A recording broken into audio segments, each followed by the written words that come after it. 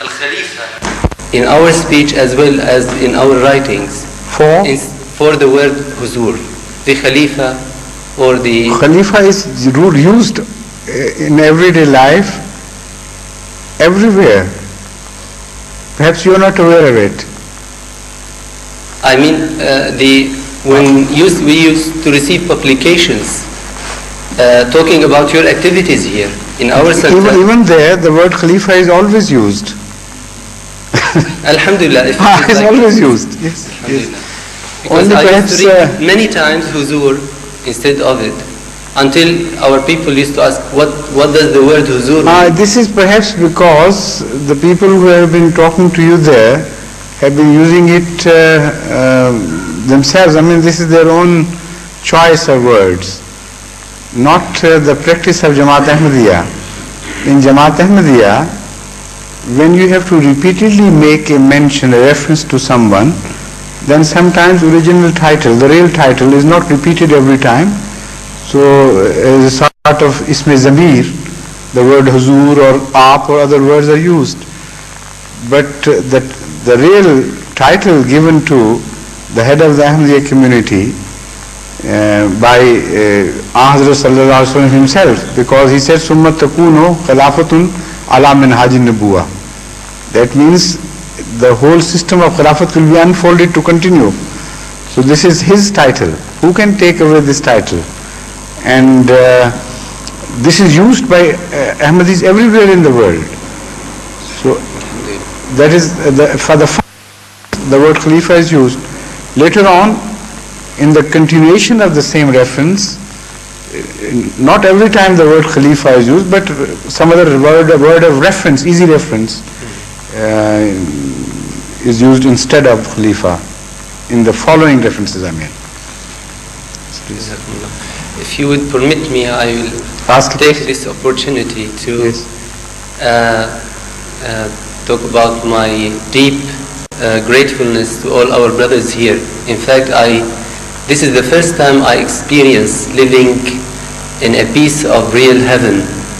With Alhamdulillah, I am very happy. Yes, this is a compliment to the whole community, and I return this compliment to you on behalf of everybody, and on behalf of the Amir Sahib of England as well. Alhamdulillah, we are very happy that you are carrying back such wonderful impressions of the community. Allah bless you, and may Allah create the same atmosphere as peace and Jannah among the Syrian Ahmadis. Inshallah. Yes. Please. Won't it be better for the leading religious scholars of both sides to get together and discuss openly the differences between themselves for the enlightenment of ordinary people? Yes. Thank you. The dialogues have been held right from the start. Hadhrat Masih Maud himself started the dialogue. His dialogue is published by the greatest scholars of that time. But later on, he abstained from going into dialogue with others, because those people who invited him first for dialogue ultimately started using it for creating mischief and trouble and disorder. And despite that opportunity given to them, that the Imam himself was ready to present his case to the most important religious leadership of that time, they misused that occasion and tried to, always it ended up into abuse and invectives, one-sided edicts of kufr against him and incitement to people to kill him and so on. So it proved to be futile ultimately. So Hadhrat Masih Maud declared in the end that no more of these debates, because they have gone beyond the limitations of debates as mature people should conceive what a debate is. I mean, beyond the boundaries of sensible, civilized debate. But it never ended there. As far as the other ulama of Ahmadiyyat are concerned, other scholars of Ahmadiyyat, they have been continuously engaged in such debates, particularly during the pre-partition days. Great munazaras, as they were called, were held in those days between the scholars of one community and the scholars of the others. But the most interesting fact, which is to be noted by you, is this, that those debates, the accounts of those debates was published by Ahmadis and never by the opponents. We can still find those books in which Hadhrat Masih Maud went into a dialogue with a non-Ahmadi scholar and or a lesser Ahmadi, this is another scholar of Ahmadiyya, went into dialogue with other Ahmadis. Now, why this strange thing that Hadhrat Masih Maud publishes that account word for word, but the other party does not? An Ahmadi scholar publishes that account word for word, but the other party does not, because they do not want their people to know what passed between them. This is a proof of their weakness. This is a proof also of their dishonesty. If a dialogue was to be held, it was to be held for a purpose. It should have been meaningful dialogue. And why are you keeping your own people away from the contents of that dialogue? So all the books of munazaras held by Hadhrat Masih Maud are still available, published by Ahmadiyya community. And none of these books is ever published by our opponents.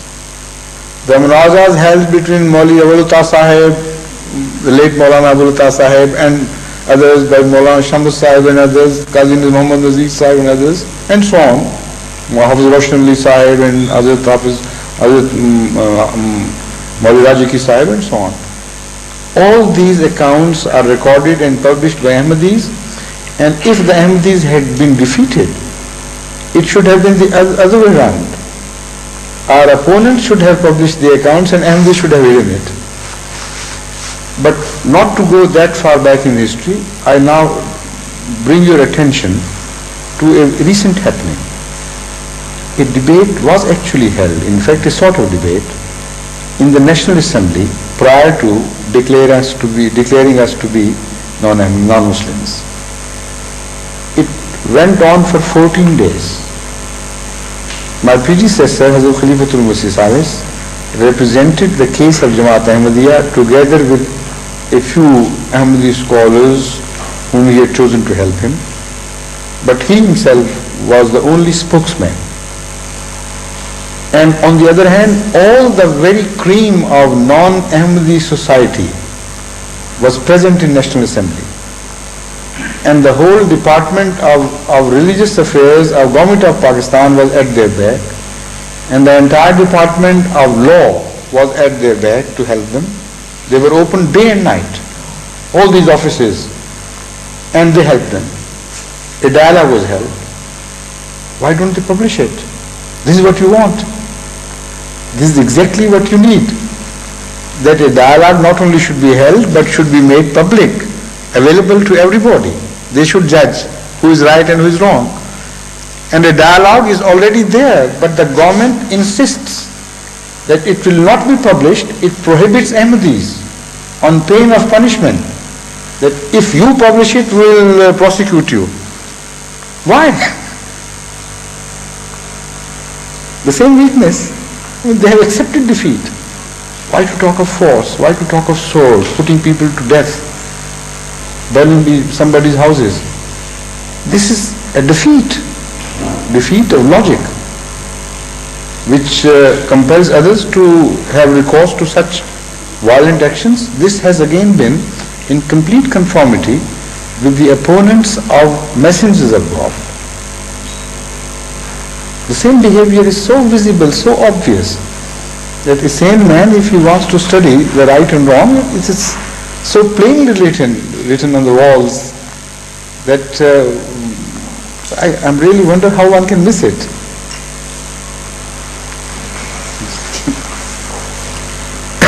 Yes?